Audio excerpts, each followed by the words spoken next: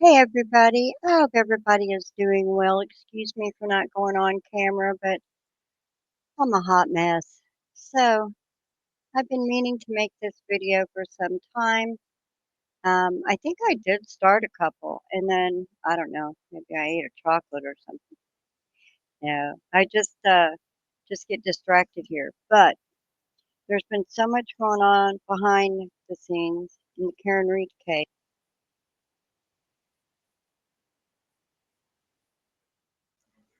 I just simply haven't really had a chance to put my thoughts together and do it well. But a few things had upset me. Vinnie Politan and his, discussion over the dog bite expert, and then just a little bit, just a little bit, they went into mm,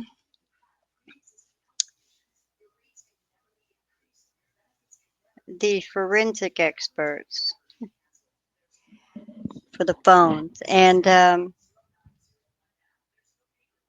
there was somebody on there, I believe an attorney or, he's a visitor, right? He's is norm for Benny Politan to have some people on there that he's able to talk with.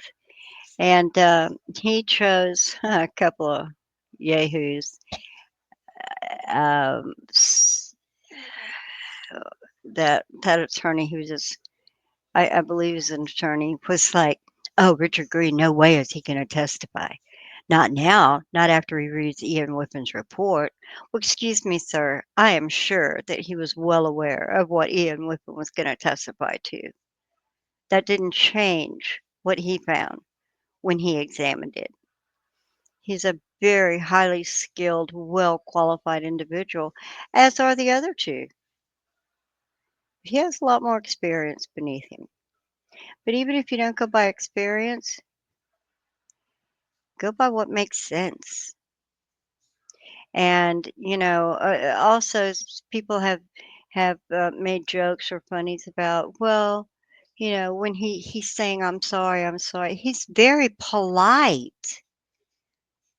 He's extremely polite. That is not some man that's going to get up on a stand and lie and have his entire worth that he's worked for his entire life be destroyed because he lied. I mean, let's get real. He's not going to get up their life for Karen Reed or anybody else. So hold on for a minute and let me just let them show you what I'm talking about.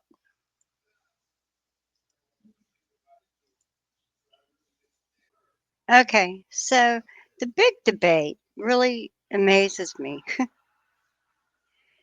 Um, did Jennifer McCabe do a Google search at 2:27 and 40 seconds on 129 2022? Now, if I'm not mistaken, there's a lot of butt dialing going on in 2:20 a.m.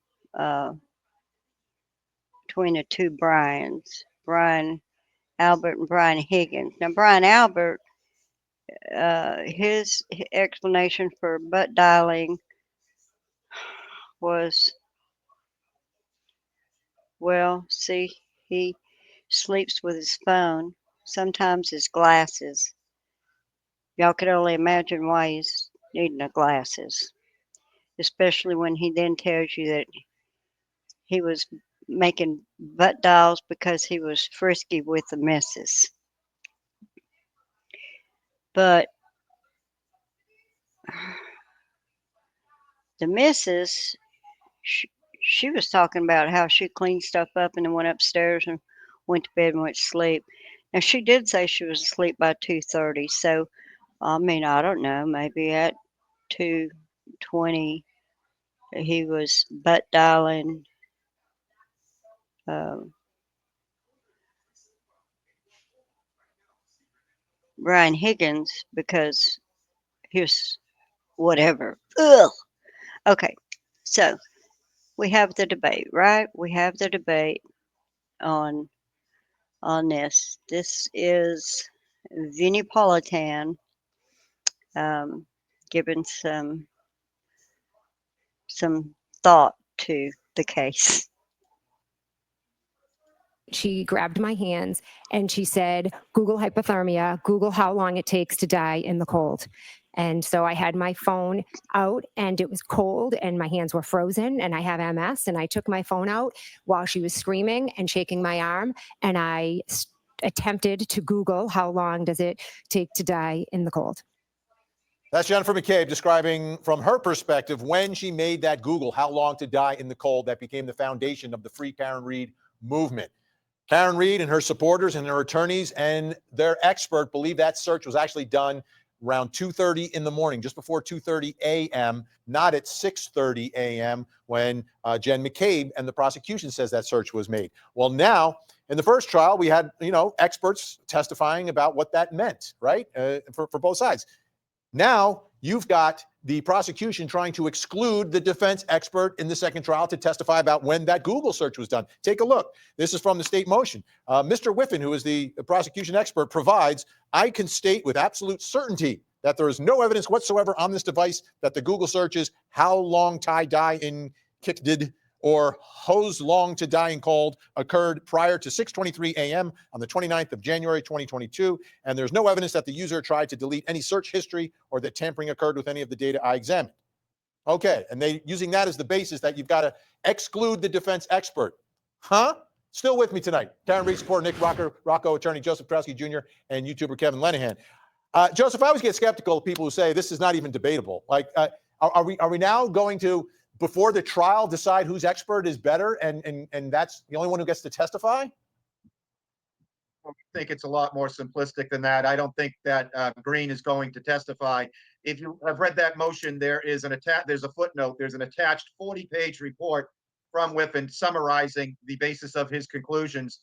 My guess is that Green is going to read that report and is going to recognize the error in his ways. As you remember, he was almost apologetic at the first trial. So look, I understand and appreciate the battle of the experts, but when an expert such as Whiffen, who actually works for Cellbrite, which is the company that created the software that does the extraction and the analysis, that has reviewed it, and he has the support of Cellbrite, the company, saying that search did not happen unequivocally, I don't think there's going to be much fight from the defense. I'm curious to see if Green's going to stake his reputation, because he has to live to see another day after this trial and try to refute what the company itself has said. And contextually, from a common sense perspective, it never made sense that Jen McCabe was lying in bed, Google searching her daughter's basketball league, and at the same time thought that you better check how long O'Keefe can live out there on the frozen tundra of the front yard of 34 Fairview. All right, so what you're saying is you believe, based upon this information, that the expert for the defense may not want to testify. I'm going to go to Kevin, and then I want to...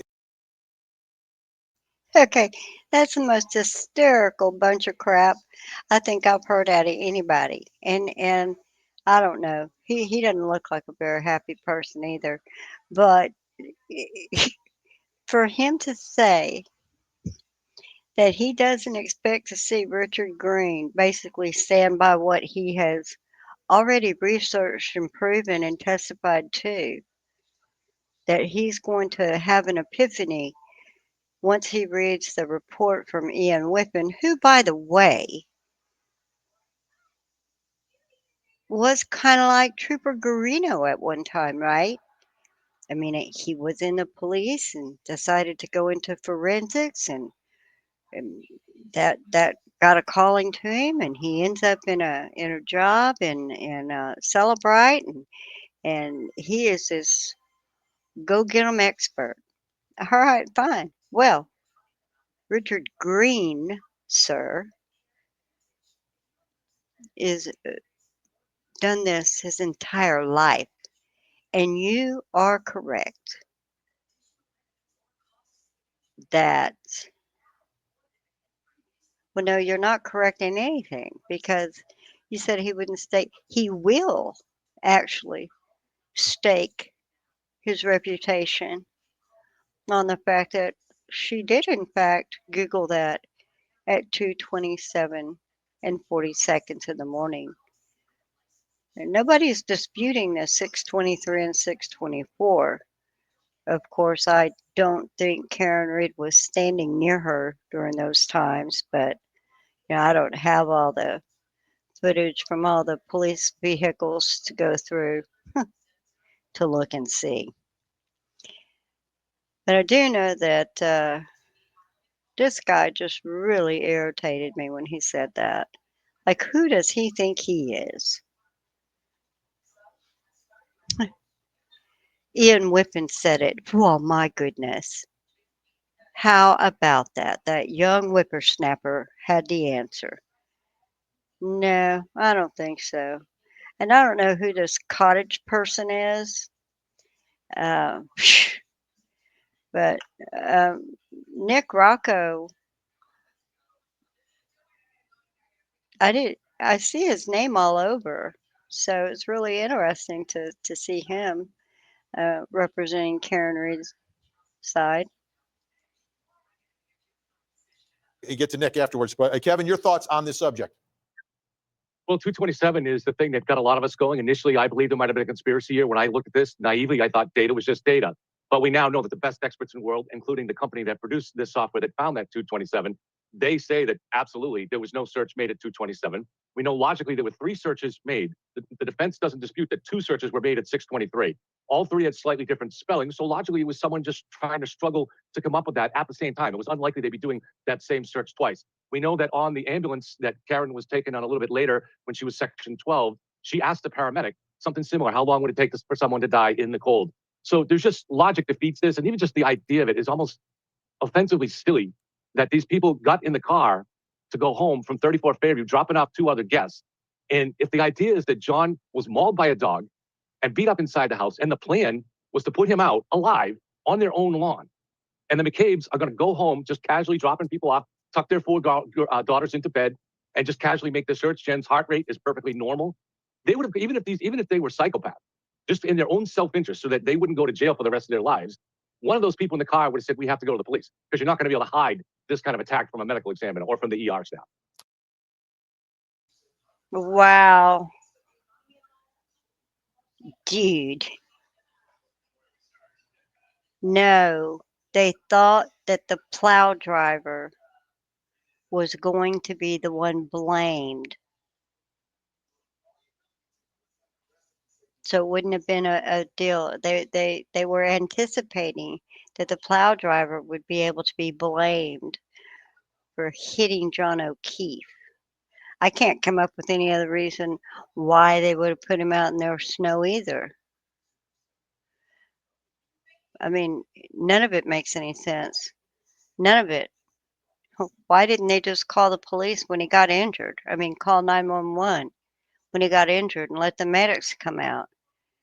But then again, we also heard that his injury to the back of his head, once that injury was sustained, he was incapacitated from that moment on. So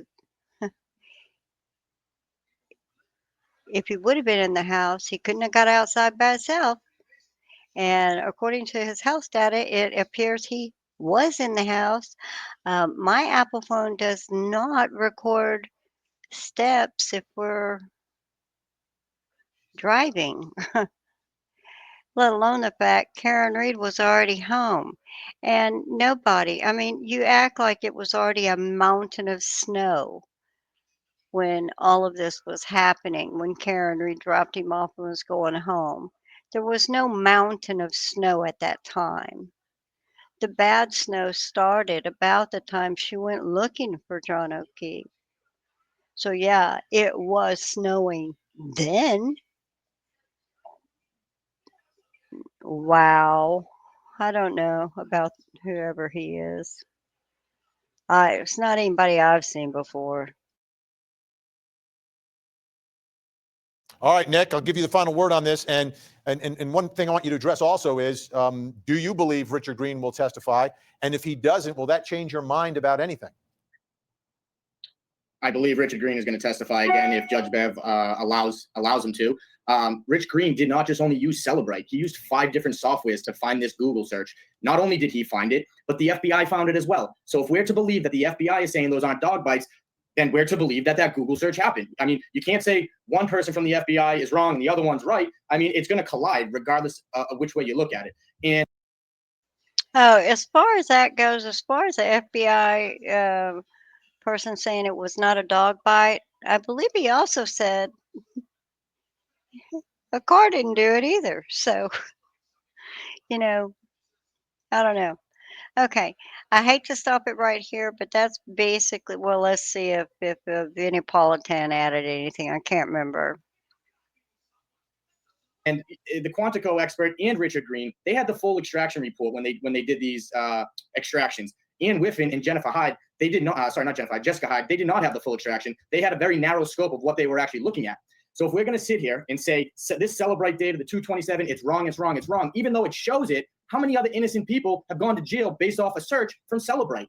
And if this was Karen Reed that searched Hoss Long to Die in Cold, they would be the state would be looking for experts to prove that that Google search happened in fact. So now I think what we're going to see is you got a little bit of information for the feds on one side, you got a little bit of information from the feds for the other side. Now it's like, okay, well, who do we believe? It's going to be debatable to the end and probably until the end of this trial. Yep. So, I told you, beyond, folks, the retrial bigger than the original. Unbelievable, like Godfather 2. Okay, so here we have, I find this interesting because I think I would have followed up the questioning when he keeps saying that in this case it didn't happen or couldn't happen or he doesn't believe it happened. I think I would have listed off Trooper Garino's talents. I'm sorry, talents that he's trained in. But let's just listen.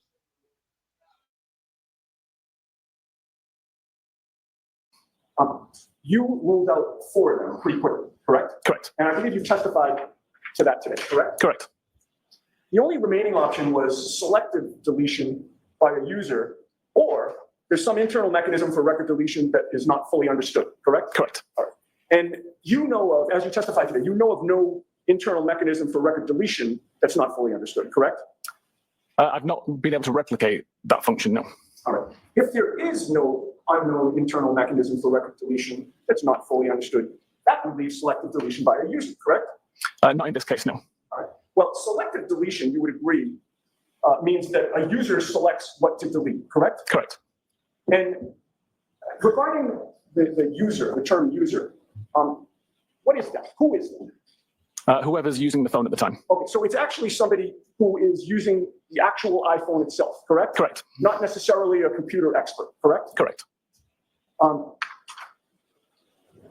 Would you agree with me that somebody who had access to the data before it was extracted and sent to you could have made selective deletions of the data? Objection. Oh, No, I don't.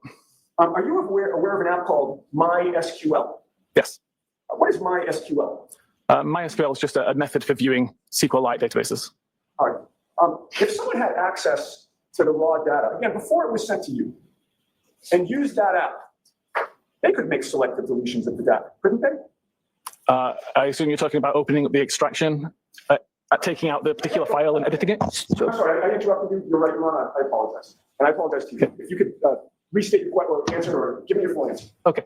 So it would be possible with the extraction to take out particular databases, alter them, and put them back into the extraction. But there's something called a hash mechanism that we have in place that would it essentially hashes the original data, and then it can be hashed again at a later date.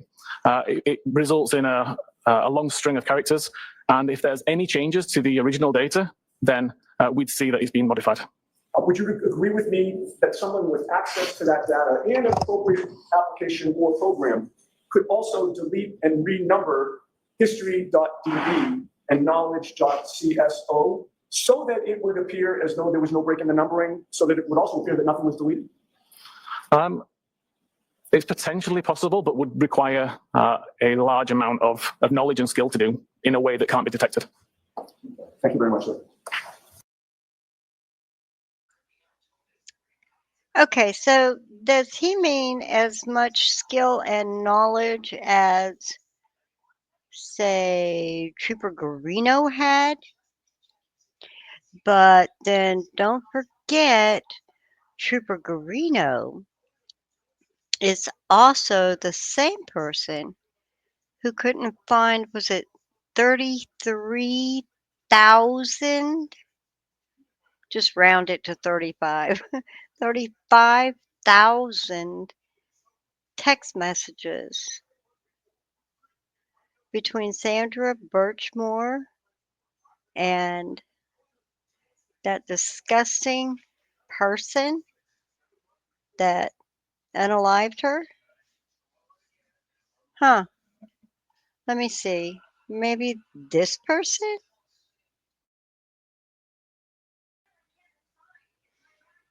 Okay, so if you remember when this trial started, they had not done the arrest, had they, in the Birchmore case? Trooper Carino, he felt pretty sure that him being an expert and all was really going to go well for him here. Let's listen to just a bit of him. I can't take much.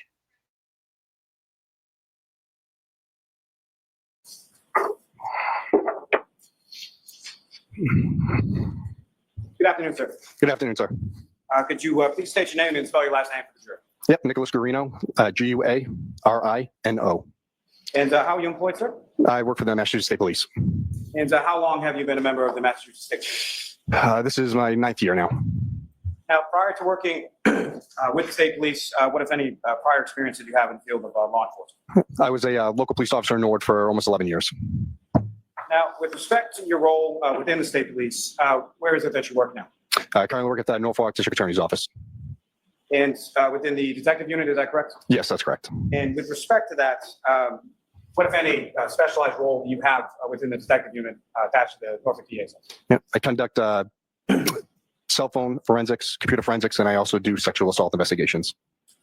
Now, with regard to the electronic forensics, what, if any, specialized training have you received in that particular area? I have about 300 or so hours Cellbrite, CCO, CCPA, cell phone repair forensics, Berlin motor vehicle forensics, Axiom magnet, cell phone and computer forensics, X-Ways. These are all different programs used for cell phone and computer forensics.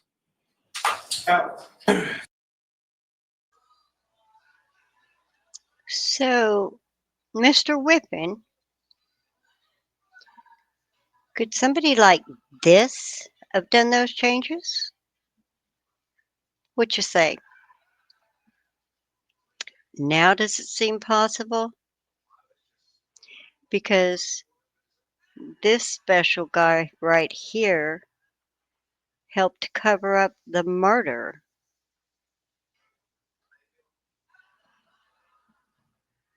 of Sandra Birchmore. This guy right here, why is he still working? What kind of trouble did he get in? Have we heard anything about it? I'd like to know.